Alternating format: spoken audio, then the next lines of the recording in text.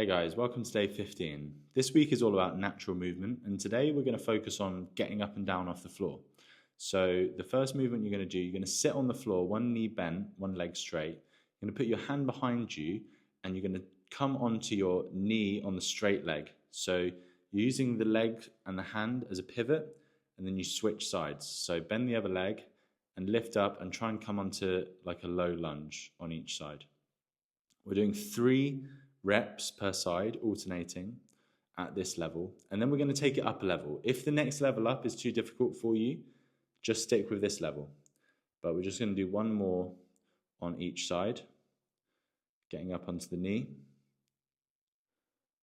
and then you're going to take a little break. Then we're going to do the same movement, but instead of coming up onto the knee, you're going to try and come all the way onto the foot into a stand.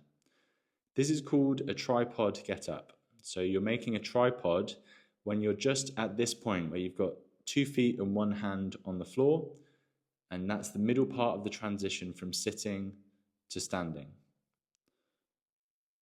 So this is a really useful thing to be able to do, being able to get up and down off the floor in as many ways as possible.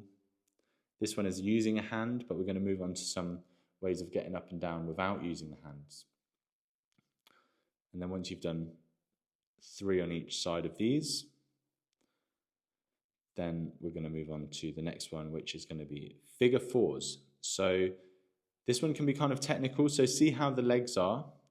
Maybe watch a few times. The first level is just coming up onto the foot and the shin.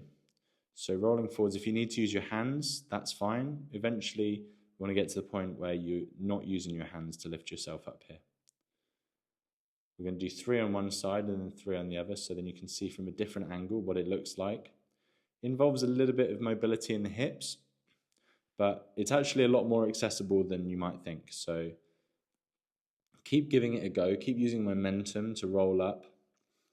And then the next level up from this, we're going to do 3 on each side, standing all the way up. So you rotate the back knee on the floor into a lunge. You can even use the hands on this bit if you need to. But ideally, being able to do this movement without your hands is a very good skill. It involves hip mobility and core strength. Then we're going to do 3 on the other side, so you can see from a different angle how the movement works. Rolling up, pivoting the back knee into a lunge, and then reverse engineering that movement, sitting on the floor.